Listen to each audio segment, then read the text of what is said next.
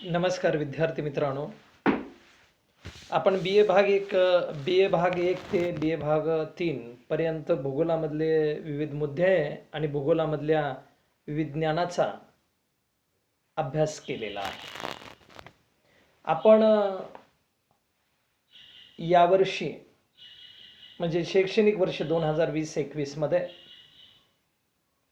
Special स्तरावर भूगोल हा विषय निवडलेला आहे. या विषयामध्ये आपण जे 5व्या सेमिस्टरला विविध पेपर शिकतायत यामध्ये साधन संपत्ती भूगोल म्हणजेच आर्थिक भूगोलाची एक शाखा आहे, त्याचा अभ्यास करतोय.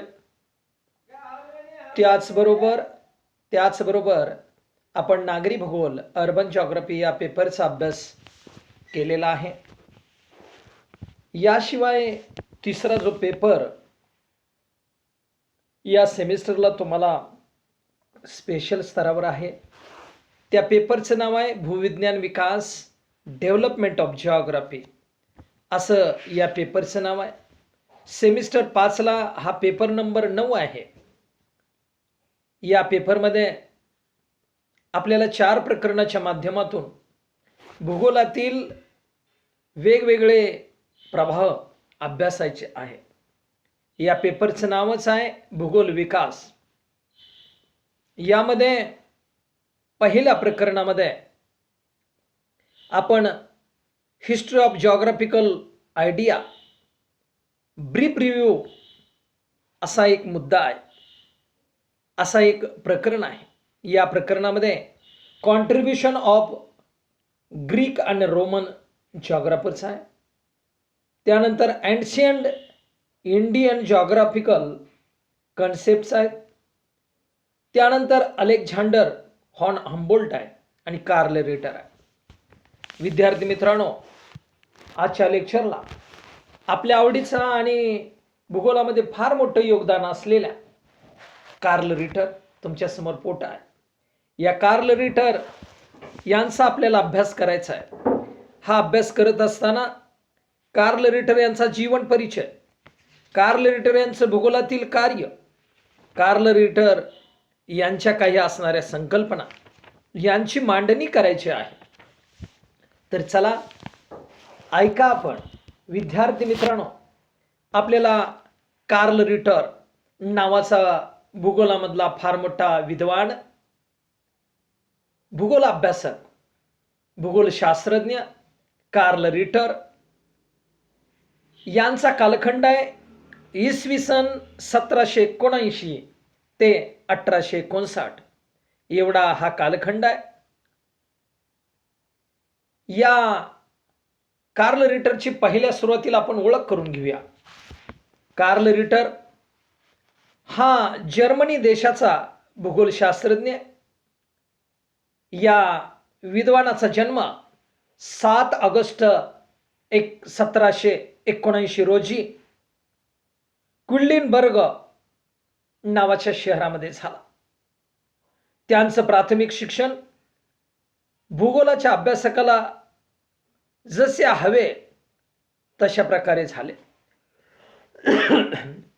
वयाच्या 17व्या वर्षी त्यांनी हॉल विद्यापीठात गणित, तत्वज्ञान, इतिहास आणि अन्य भौतिकशास्त्राचे अध्ययन केले.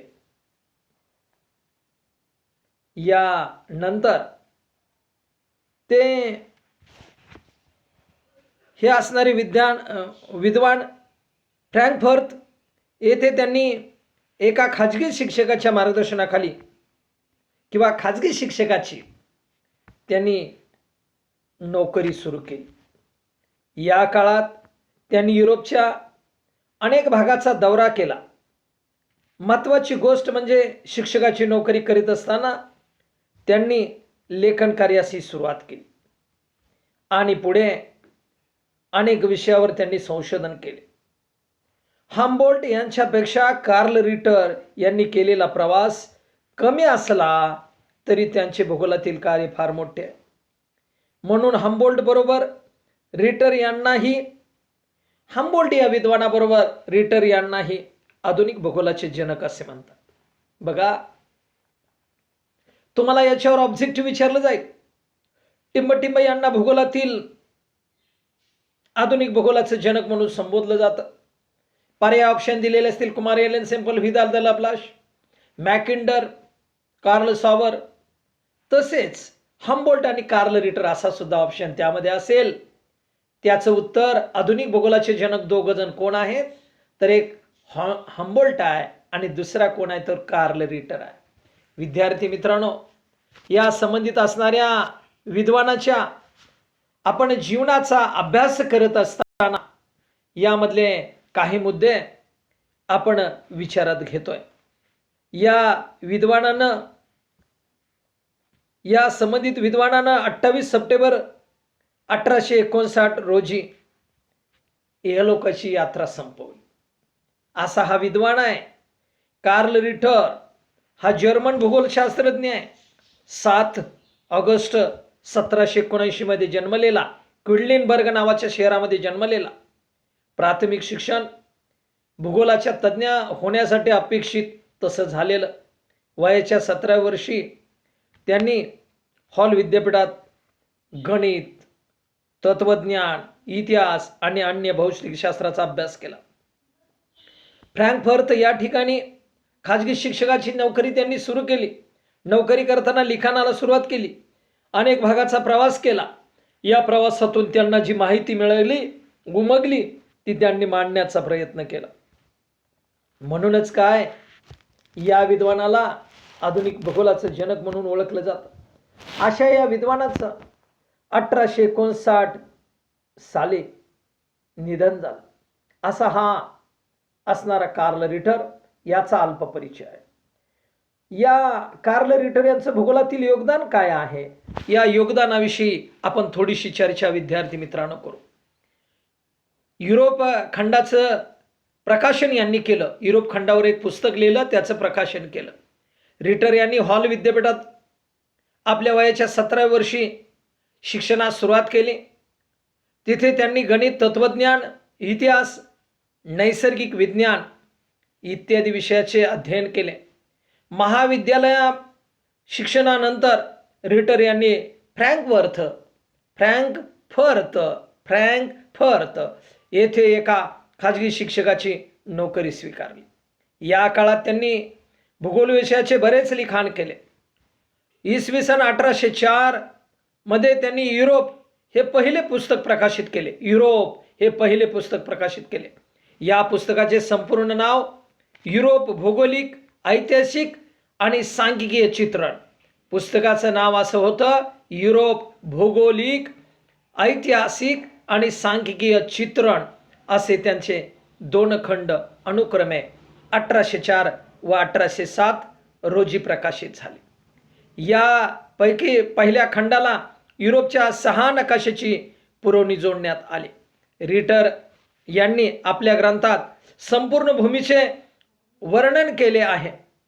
त्यावरून मानव आणि निसर्ग यांच्या संबंधाचं स्पष्ट कल्पना येते.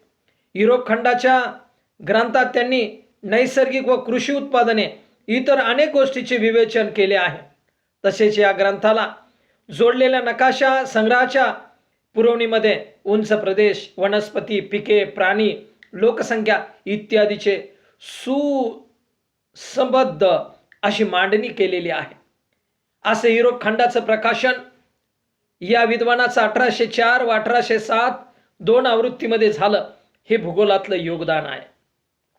दुसरं योगदान आहे या विद्वानाचं नवीन भूगोल, न्यू जिओग्राफी. आपल्याला याच्यावर ऑब्जेक्टिव्ह विचारलं जातं, न्यू जिओग्राफी ही संकल्पना कोणी मांडली, तर ती कार्ल रिटर यांनी मांडली. किंवा असाही विचार विचारला जाऊ शकतो, कार्ल रिटर यांनी टिंबटिंब ही संकल्पना मांडली, त्यामध्ये न्यू जिओग्राफी हा पर्याय असू शकतो. याचा विचार आपण करा, नोंद घ्या. नवीन जिओग्राफी इसवी सन 1810 मध्ये कार्ल रिटर यांनी स्वतःच्या विचारानुसार नवीन भूगोलाचे हस्तलिखित तयार केले. अर्थात ते कधीच प्रकाशित झाले नाही. म्हणजे अप्रकाशित यांचा ग्रंथ आहे हा नवीन भूगोल. त्यातील मूळ कल्पनेच्या आधारे त्यांनी पुढील संशोधन केले. या लिखाणात त्यांनी म्हटले आहे की भूगोलाचे अध्ययन उपयोगितेच्या दृष्टीने नाही, तर त्यापासून निसर्ग घटना दृश्याच्या व पृथ्वीच्या भूपृष्ठाचा अभ्यास करता येतो. म्हणून शैक्षणिकदृष्ट्या त्याला विशेष महत्त्व आहे. म्हणजे पहिलं युरोप खंडाचं प्रकाशन 1804 व 1807, नंतरचं भूगोलातील योगदान, नवीन भूगोल या असणाऱ्या पुस्तकाचं हस्तलिखित लिखाणाचं संबंधित असणारं लोकार्पण किंवा लोकांसाठी ते उपयुक्त ठरलं. आणि नंबर 3चं या विद्वानाचं काम आहे ते म्हणजे डी अर्डकुंडे किंवा अर्डकुंडे ग्रंथाची निर्मिती. डी अर्डकुंडे हा भूगोलाचा बेस आहे. या ग्रंथामुळेच त्यांना आधुनिक भूगोलाचा जनक म्हटलं जातं, संबोधलं जातं. विद्यार्थी मित्रांनो, अर्डकुंडे ग्रंथाविषयी काही थोडीशी माहिती. कार्ल रिटर यांनी हा लिहिलेला आयुष्यातील हा अतिशय महत्त्वाचा ग्रंथ आहे. कार्ल रिटर यांनी आपले पुढील आयुष्य बर्लिनमध्ये व्यतीत केले. या काळात त्यांनी संपूर्ण जगाचा भूगोल लिहिण्याचा संकल्पना केली होती किंवा संकल्प केलेला होता. त्याचबरोबर गॉटिंजन विद्यापीठात संशोधन करीत असताना सतत 8 वर्ष लिखाण करून त्यांनी अर्डकुंडे हा ग्रंथ लिहिला. या ग्रंथाचा पहिला खंड आफ्रिकेचे विवेचन इसवी सन 1817 मध्ये प्रकाशित केला. त्यानंतर लगेच पुढील वर्षी 1818 मध्ये या ग्रंथाचा दुसरा खंड या व्यक्तीने प्रकाशित केला. आशियाचे विवेचन असा हा खंड होता. पुढे रिटर यांनी अव्याहतपणे लिखाण करून या ग्रंथाचे एकूण 19 खंड म्हणजेच एकूण पृष्ठसंख्या 20,000 पानं एवढं पुस्तक या विद्वानाने लिहिलं. तरी देखील संपूर्ण जगाचे विवेचन पूर्ण होऊ शकलं नाही. या 19 खंडामधून फक्त युरोप आणि आशियाच्या काही भागाचेच लिखाण यातून पूर्ण झालेलं आहे. या प्रचंड लिखाणावरून कार्ल रिटर यांच्या अर्डकुंडे या संपूर्ण जगाच्या भूगोलाची व्याप्ती आपल्या समोर आल्याशिवाय राहत नाही किंवा आपण त्याची कल्पना करू शकतो. रिटर यांनी अर्डकुंडे हा ग्रंथ लिहिताना मानव केंद्रित भूगोल ही कल्पना स्वीकारली होती. त्यांच्या मते पृथ्वीच्या भूपृष्ठाचे अध्ययन मानव केंद्रित दृष्टिकोनातून झाले पाहिजे. म्हणून भूगोलाचे अध्ययन करताना मानव व निसर्ग यांच्या ज्ञानाचा शोध घेणे, मानव व त्यांचा इतिहास आणि मानव ज्या भूमीवर वास्तव्य करतो त्याचा संबंध पाहणे इत्यादीचे अध्ययन या असणाऱ्या ग्रंथामध्ये विद्यार्थी मित्रांनो होते. अर्डकुंडे या ग्रंथात 3 भाग आहेत या ग्रंथामध्ये. एक आहे म्हणजे भूपृष्ठीय गोष्टी, दुसरा आहे म्हणजे गतिशील गोष्टी आणि तिसरा आहे ती म्हणजे भौतिक गोष्टी. यामध्ये भूपृष्ठीय भागामध्ये भूपृष्ठीय गोष्टी यामध्ये अर्डकुंडेचा पहिला भाग भूपृष्ठासंबंधी असून त्यात पृथ्वीच्या भूभागाच्या नैसर्गिक विभागांचा अभ्यास होतो. अंग ब आहे गतिशील गोष्टी. यात मानवाकरता आवश्यक असणारे वातावरण, पाणी, सागर, महासागर त्यांच्या हालचालीचा समावेश यात होतो. तर अंक क आहे भौतिक गोष्टी. यात खनिज संपत्ती, वनस्पती, प्राणी जीवनाचा समावेश होतो. कार्ल रिटर यांनी आपल्या ग्रंथात आफ्रिका व आशियाच्या भूपृष्ठाचे वर्णन करताना तेथील भूमिस्वरूपांचे प्रथम श्रेणीचे भूमिस्वरूपे, द्वितीय श्रेणीची भूमिस्वरूपे आणि तृतीय श्रेणीची भूमिस्वरूपे अशा 3 भागात विभागणी केली. तसेच त्यांनी आफ्रिका व आशियाच्या अध्ययनावरून भूमिस्वरूपाची उंचवटे, पठारे, पर्वत अशा 2 भागात विभागणी केली. आपल्या ग्रंथात त्यांनी प्रमुख प्राकृतिक वैशिष्ट्ये आणि नदी प्रणालीचे वर्णन केले आहे.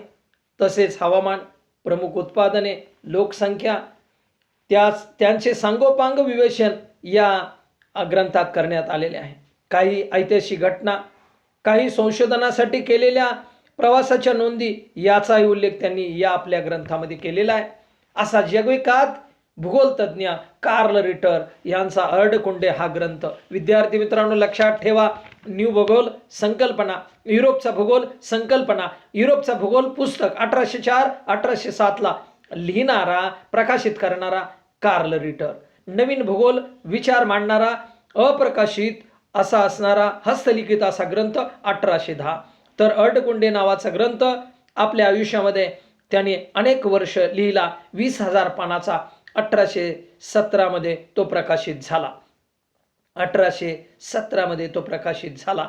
हा अडकुंडे नावाचा 19 भागाचा, 19 पाठचा, 19 खंडाचा हा ग्रंथ, 20,000 पानाचा ग्रंथ, अडकुंडे नावाचा किंवा येरडकुंडे नावाचा ग्रंथ कार्ल रिटर यांनी लिहिला. कार्ल रिटर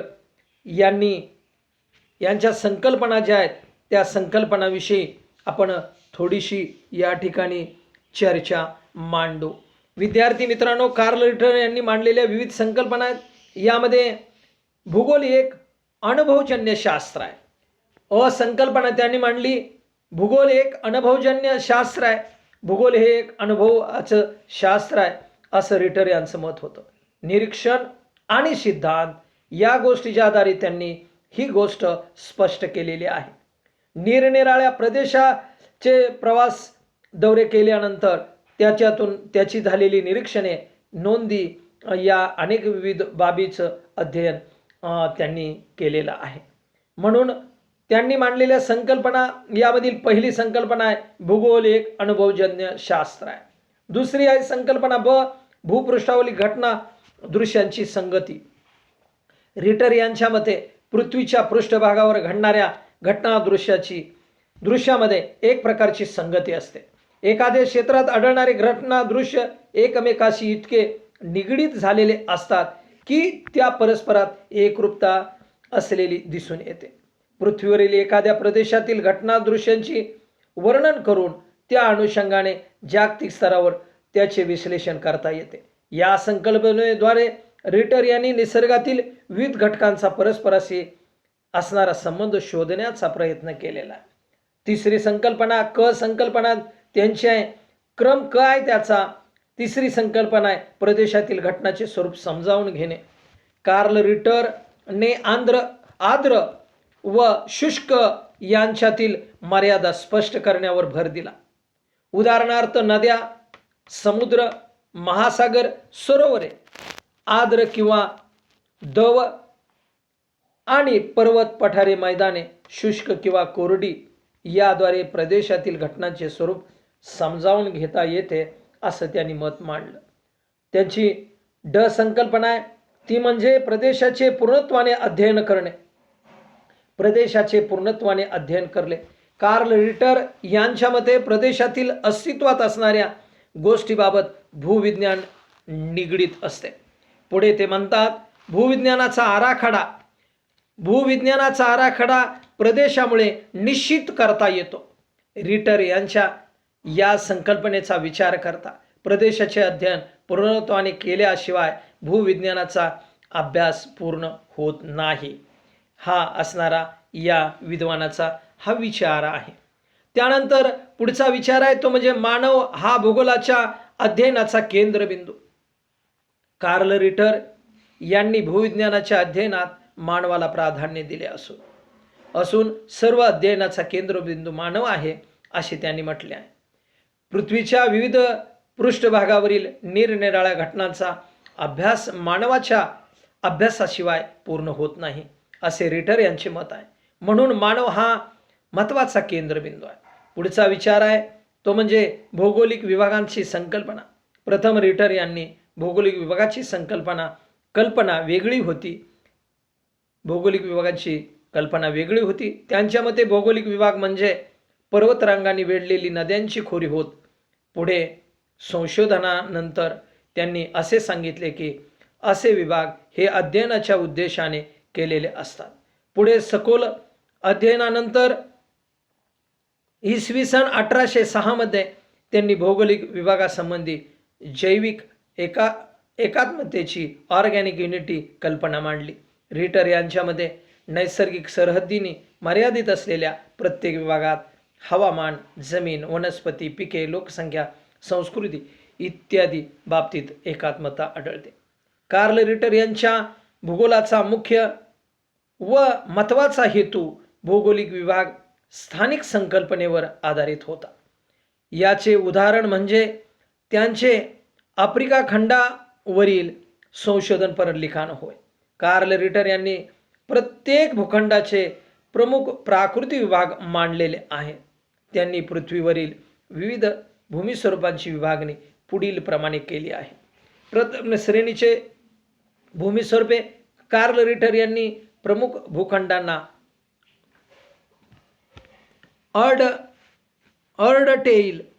अर्डटेईल म्हटले आहे. आशिया, युरोप, आफ्रिका इत्यादी खंडाचा यात समावेश होतो.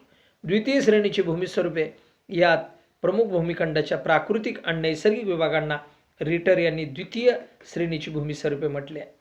प्रत्येक खंडाचा प्राकृतिक रचनेनुसार अत्यंत अंतर्गत उंचवटा, त्याच्या सभोवताली असलेली पायराकृती भूमी व चारही बाजूने वेढलेला किनारपट्टीचा सकल प्रदेश अशी विभागणी केली. आधुनिक भूगोलानुसार पर्वत, पठारे, मैदाने ही भूमिस्वरूपे द्वितीय श्रेणीची आहेत असं त्यांनी म्हटलं. तृतीय श्रेणीची भूमिस्वरूपे. यामध्ये एखाद्या प्रदेशाचे भूपृष्ठाचे निरीक्षण केल्यास तेथे लहान लहान भूमिस्वरूपे आढळतात. कार्ल रिटर यांनी अशा भूमिस्वरूपांना तृतीय स्वरूपाची भूमिस्वरूपे असं म्हटलंय. त्याचबरोबर या विद्वानानं ईश्वरवादी दृष्टिकोन हा सुद्धा भूगोलाला दिलेला एक संकल्पना आहे. ईश्वरवादी दृष्टिकोन मांडणारा कार्ल रिटर हा भूगोलतज्ञ आहे. ईश्वरवादी दृष्टिकोन मांडणारा कार्ल रिटर हा भूगोलतज्ञ विद्यार्थी मित्रांनो आहे. भूगोलात अनेक प्रदेशातील स्थानिक विविधतेचा शोध घेण्याचा प्रयत्न केला. यावर रिटर यांनी भर दिला असला तरी मानवाचे वसतिस्थान या नात्याने पृथ्वीची जडणघडण झालेली आहे. कार्ल रिटर यांचा पूर्ण विश्वास आहे की या गोष्टीवरून रिटर यांनी धार्मिकतेवर ईश्वरावरील दृढ विश्वास स्पष्ट होतो किंवा स्पष्ट केलेला आहे. आपण कार्ल रिटर यांचा अल्प परिचय, त्याचबरोबर कार्ल रिटर यांचं भूगोलातील योगदान किंवा भूगोलातील कार्य, युरोप खंड, नवीन भूगोल, अर्धकुंड ही योगदान. त्यानंतर कार्ल रिटर यांच्या संकल्पना. भूगोल एक अनुभवजन्य शास्त्र आहे. दुसरी संकल्पना भूपृष्ठावरील घटनादृश्याची संगती. तिसरी संकल्पना आहे प्रदेशातील घटनांचे स्वरूप समजावून घेणे. चौथी संकल्पना आहे प्रदेशाचे पूर्णत्वाने अध्ययन करणे. पाचवी संकल्पना आहे मानव हा भूगोलाच्या अध्ययनाचा केंद्रबिंदू आहे. सहावी संकल्पना आहे भौगोलिक विभागाची संकल्पना. सातवी संकल्पना आहे ईश्वरवादी दृष्टिकोन. अशा 7 संकल्पना मांडणारा रिटर आहे. मग या व्यक्तीच्या कार्याचं आपण मूल्यमापन जर करायचं म्हटलं तर आपल्याला काय सांगता येईल किंवा थोडक्यात काय स्पष्ट करता येईल. कार्ल रिटर यांनी लिहिलेले युरोप या भौगोलिक, ऐतिहासिक व सांख्यिकीय ग्रंथावरून संपूर्ण युरोपचे दर्शन आपणास होते. याशिवाय या ग्रंथात युरोपातील नैसर्गिक व कृषी उत्पादनाचे विवेचन केले आहे. त्यावरून अभ्यासकांना युरोपातील नैसर्गिक व कृषी उत्पादनाची माहिती उपलब्ध होते.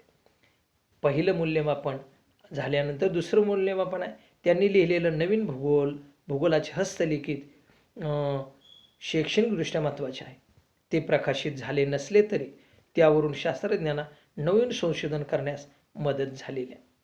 आणि तिसरं मूल्यमापन त्याचं सांगायचं मग कार्ल रिटर यांनी अर्धकुंडे नावाचा लिहिलेला जो ग्रंथ आहे तो मौलिक आहे. आफ्रिका, आशिया, युरोप खंडाचं याच्यात सविस्तर विवेचन आहे. यात त्यांनी मानव केंद्रित भूगोलाची कल्पना स्वीकारलेली दिसते आपणास किंवा मांडलेली आहे. या कल्पनेकरिता पृथ्वीच्या पृष्ठभागाचे अध्ययन हे मानवाला केंद्रबिंदू समजून झाले पाहिजे असे त्यांनी त्यांचे मत मांडलेले आहे. त्यानंतर त्यांनी आपल्या मांडलेल्या संकल्पनामुळे भूगोलाच्या क्षेत्रात पुढील अभ्यासासाठी नवीन दालनं खुली झालेली आहेत. त्यानंतर पाचवं मूल्यमापन आपल्याला सांगता येईल कार्ल रिटर यांनी भौगोलिक विभागाची संकल्पना महत्त्वाची आहे. जगाचे राजकीय विभाग करण्याऐवजी नैसर्गिक घटकानुसार विभाजन करण्यावर त्यांनी भर दिला. ही कार्ल रिटर यांची भूमिका योग्य होती कारण नैसर्गिक विभागांच्या अनुषंगाने विविध विषयाचा अभ्यास चांगल्या प्रकारे होतो असं मत या विद्वानाने मांडलं. असा या भूगोलातील आधुनिक भूगोलाच्या जनकाचा अभ्यास चर्चा आपण केलेली आहे. पुढच्या लेक्चरला आधुनिक भूगोलाचा दुसरा जनक अतिशय महत्त्वपूर्ण अभ्यासक असणारा तो म्हणजे अलेक्झांडर व्हॉन हम्बोल्ट. या अभ्यासकाच्या जीवनाविषयीचं आपण चर्चा करणार आहोत. चर्चा करू. तोपर्यंत या ठिकाणी थांबू. नमस्ते.